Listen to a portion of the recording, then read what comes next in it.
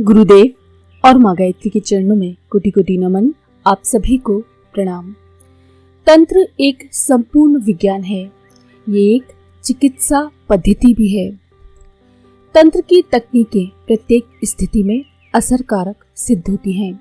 आध्यात्मिक चिकित्सा में इसका इस्तेमाल व्यक्ति के दुख, दुर्भाग्य, दोष, दैन्य पीड़ा, पतन, विकृति, विरोध आदि के निवारण के लिए करते हैं।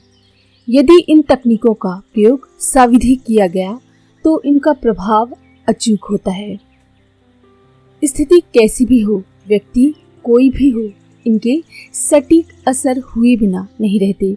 इस दुर्लभ विज्ञान के आधिकारिक विद्वान इस युग में कम ही हैं, पर जो हैं उनके सानिध्य में इसके चमत्कार अनुभव किए जा सकते हैं। इन विशेषज्ञों का कहना है कि अध्यात्म विद्या के दो आयाम हैं, एक आत्म की और दूसरा भौतिकी। आत्मी को योग विज्ञान एवं भौतिकी को तंत्र विज्ञान कहते हैं। इस वैज्ञानिक युग में भौतिकी शब्द थोड़ा भ्रमित करने वाला है, क्योंकि इससे फिजिक्स का बोध होता है। ऐसी स्थिति में इसको पराभौतिकी का नाम दिया जा सकता है। तंत्र महाविद्या की स्थिति भी सचमुच ऐसी ही है। जिन चीजों को हम उपेक्षित एवं अवांछनीय मानते हैं, तंत्र की तकनीकों में उनका बड़ा कारगर इस्तेमाल होता है। पदार्थ विज्ञान ने अणु भौतिकी, कण भौतिकी एवं क्वांटम यांत्रिकी की खोजें अभी कुछ ही दशकों पूर्व की हैं, पर तंत्र विशेषज्ञों ने सहस्त्र शताब्दियों पूर्व न केवल इन सत्यों को पहचाना, बल्कि इनके प्रयोग की तकनीकें भी विकसित कर ली। तंत्र विद्या प्रत्येक पदार्थ को ऊर्जा स्रोत के रूप में देखती है और मानती है, और इसके व्यवहारिक जीवन में प्रयोग की तकनीकों के अनुसंधान में निरत रहती है। तंत्र अपने सिद्धांत एवं प्रयोग में संपूर्ण विज्ञान है। जिन्हें इसकी वैज्ञानिकता पर संदेह होता है, उन्हें विज्ञान एवं वैज्ञानिकता की इबारत को नए सिरे से पढ़ना चाहिए। सार्थक वैज्ञानिक दृष्टि ये कहती है कि सिद्धांत की प्रायोगिक पड़ताल किए बिना उसे नकारा नहीं जाना चाहिए। वैज्ञानिक दृष्टिकोण में किसी आग्रह या मान्यताओं का कोई स्थान नहीं है। यहाँ प्रायोगिक निष्कर्ष ही सब कुछ होते हैं। यहाँ प्रत्यक्षीकरण ही सिद्धांतों का आधार बनते हैं। जो विज्ञान के दर्शन को स्वीकार करते हैं, तंत्र विद्या उनके लिए नए अनुसंधान क्षेत्र के द्वार खोलती है। उन्हें चुनौती देती है कि आओ प्रयोग करो, परखो कि सच क्या है। हाँ, जो सच मिले उसे स्वीकार करने में शर्माना और हिचकिचाना मत। मानवता की भलाई के लिए इनका प्रयोग करना। अध्यात्म चिकित्सा के विशेषज्ञ सदियों से यही कहते आ रहे हैं और इन क्षणों में भी यही कह रहे हैं। तंत्र का समूचा विज्ञान मूल रूप से 5 तत्वों पर टिका हुआ है। जिस तरह से पृथ्वी, जल, अग्नि, वायु एवं आकाश इन 5 तत्वों से सृष्टि बनती है, उसी तरह से पदार्थ, स्थान, शब्द, अंग एवं काल इन 5 अवयवों के सहारे तंत्र की वैज्ञानिक प्रक्रिया क्रियाशील होती है। तंत्र के क्षेत्र में इन 5 का अपना विशिष्ट अर्थ है, जिसे जानकर ही इसके प्रयोग किए जा सकते हैं। इस क्रम में सबसे पहला है पदार्थ। इस संबंध में आधुनिक वैज्ञानिकों की भांति तंत्र विशेषज्ञ मानते हैं कि ब्रह्मांडीय ऊर्जा की विभिन्न धाराओं ने एक विशिष्ट क्रम से मिलकर इस सृष्टि के विभिन्न पदार्थों की सृष्टि की है। इस सृष्टि का प्रत्येक अवयव, भले ही वो वस्तु हो या प्राणी अथवा वनस्पति, ऊर्जा का ही सघन रूप है। जगत और जीवन की इस सच्चाई को स्वीकारते तो वैज्ञानिक भी हैं, पर वे सृष्टि के प्रत्येक अवयव को संपूर्णतया या आंशिक रूप से ऊर्जा में परिवर्तित करने की कला नहीं जानते। लेकिन तांत्रिक ऐसा करने में सक्षम हैं। वे अपने प्रयोगों में सृष्टि के प्रत्येक अवयव का, चाहे वो जीवित हो या मृत, उसमें निहित ऊर्जा का इस्तेमाल कर सकते हैं। वृक्षों की जड़ें, पत्तियां, पशु पक्षी एवं मनुष्य के नाखून या बाल तक में निहित ऊर्जा का वो समुचित प्रयोग कर लेते हैं। इन प्रयोगों में दूसरा क्रम स्थान का है। विशेषज्ञों का मानना है कि ब्रह्मांडीय ऊर्जा धाराएं प्रत्येक स्थान पर एक सुनिश्चित रीति से केंद्रीभूत होती हैं। इसीलिए किस ऊर्जा का किस तरह से क्या उपयोग करना है, उसी क्रम में स्थान का चयन किया जाता है।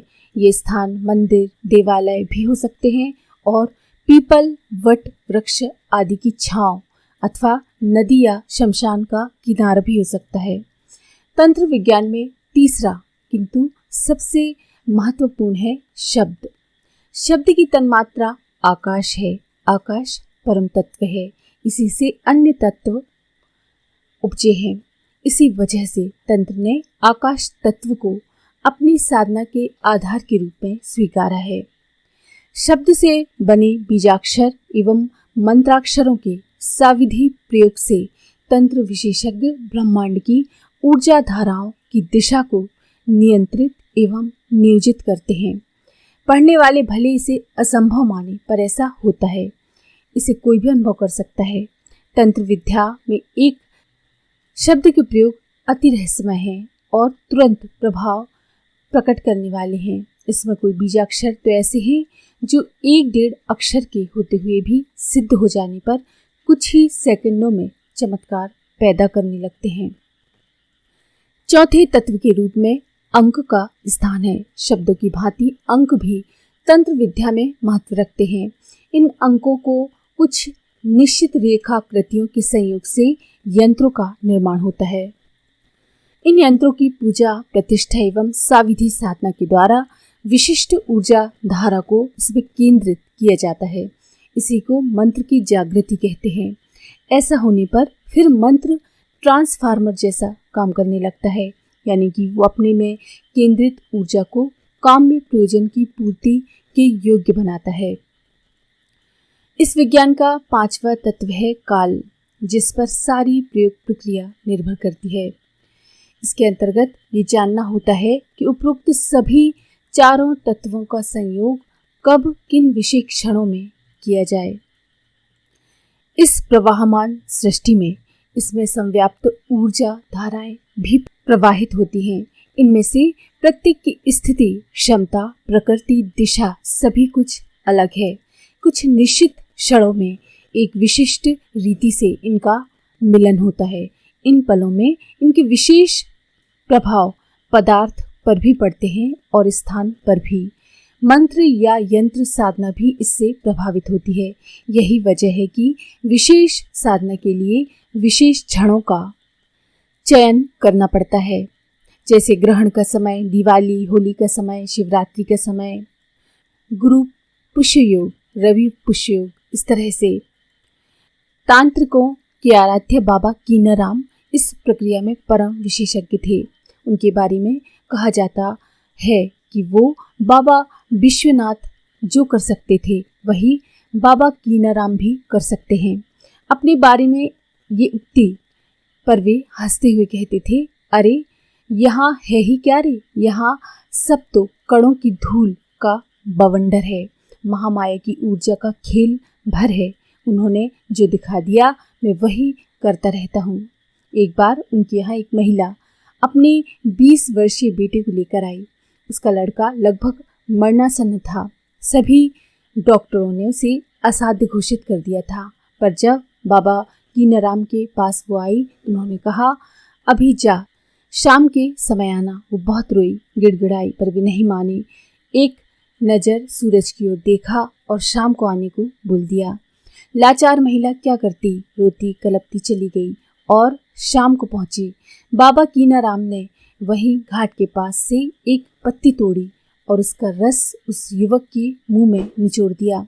सभी को भारी अचरज तब हुआ जब वो मरणासन्न युवक बैठ गया। उपस्थित जन उनकी जय जयकार करने लगी। इस पर वो सभी को डपटते हुए बोले, अरे जय बोलते हो तो महाकाल की बोलो, इस क्षण को बोलो। इस क्षण का विशेष महत्व है। इसमें प्रयोग किया जाने वाली औषधि एवं मंत्र मूर्ति में भी जान डाल सकते हैं। दरअसल ये बाबा कीनाराम के द्वारा प्रयोग की गई चिकित्सा की विशेष विधि थी, जो मंत्र चिकित्सा पर आधारित थी।